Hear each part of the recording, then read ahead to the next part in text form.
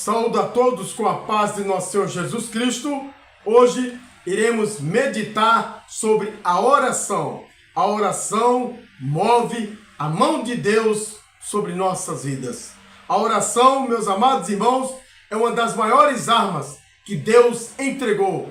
É nesta hora que eu quero falar ao seu coração sobre algo que pode o quê? Transformar completamente a sua vida espiritual e também o seu ministério.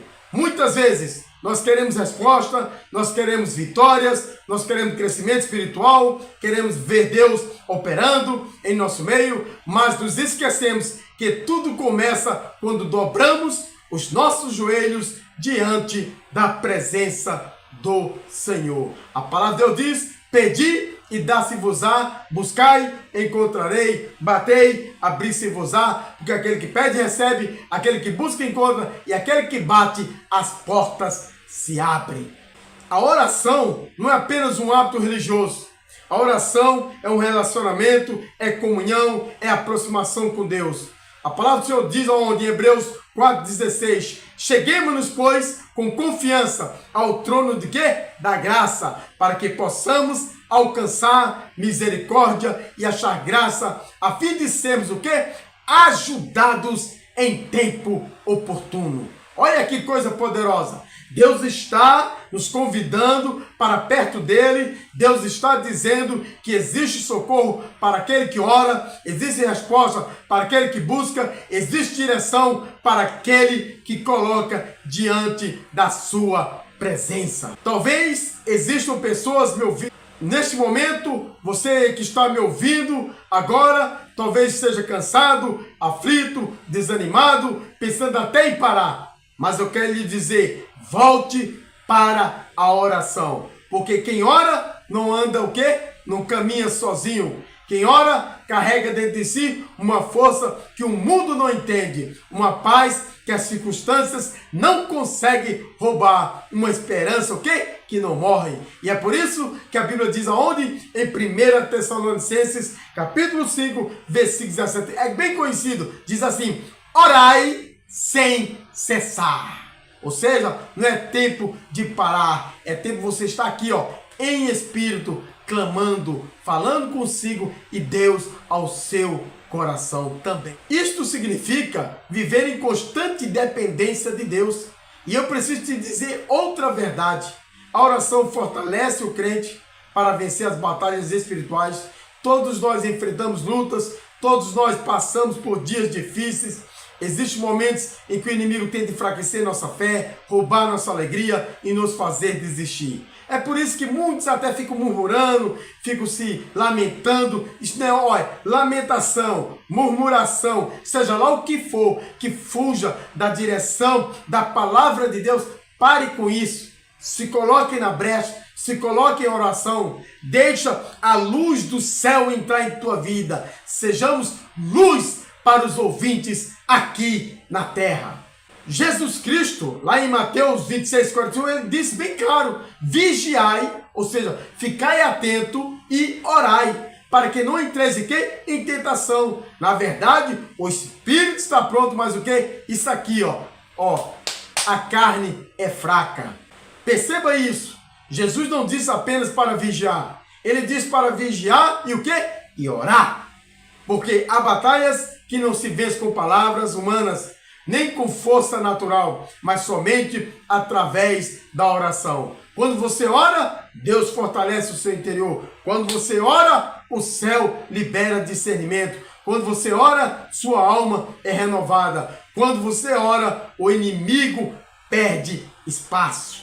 Então, se coloque em oração. A oração fortalece quem enfraqueceu.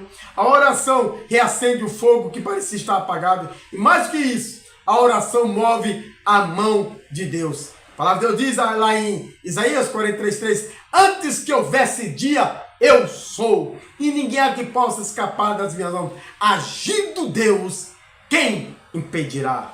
E a Bíblia nos mostra que Elias era um homem sujeito às mesmas limitações que nós temos.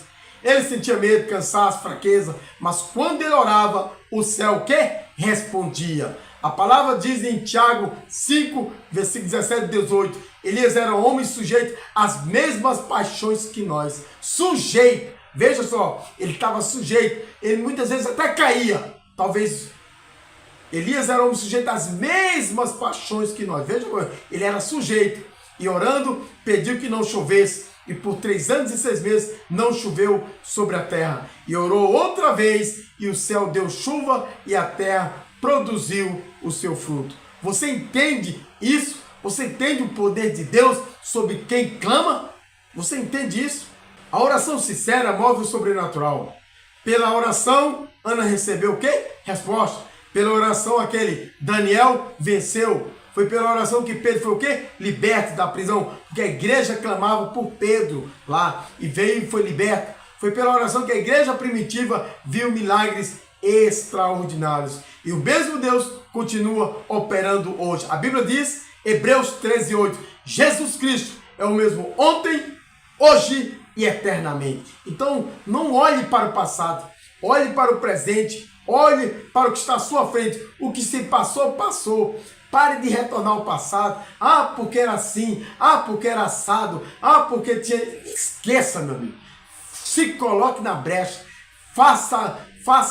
Deixa Deus te usar nessas últimas horas de vida que você tem, que nós temos.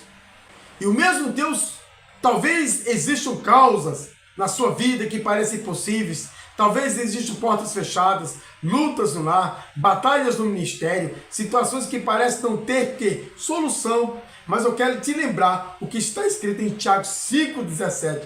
A oração feita por um justo pode muitos em seus efeitos.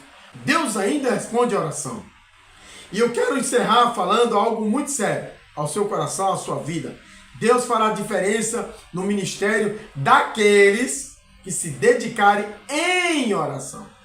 Se você ser prudente em oração, claro que os outros vigilantes também, mas primeiramente, busque continuar orando, busque discernimento, busque sabedoria para entrar e sair pelo meio do povo. Nós temos que ter sabedoria para entrar e sair em qualquer situação. Faz de tolo para ganhar os tolos. Faz de sábio para ganhar os sábios. Entendeu? Então é assim. Ou fique calado, tardio para falar muitas vezes e pronto para ouvir, para aprender, para se policiar a cada dia. E vivemos dias em que muitos querem crescer sem buscar. Querem resultado sem consagração. Querem autoridade sem altar. Mas Deus honra aqueles que se separam para o quê? Para buscá-lo. Todos eles perseveraram na minha oração.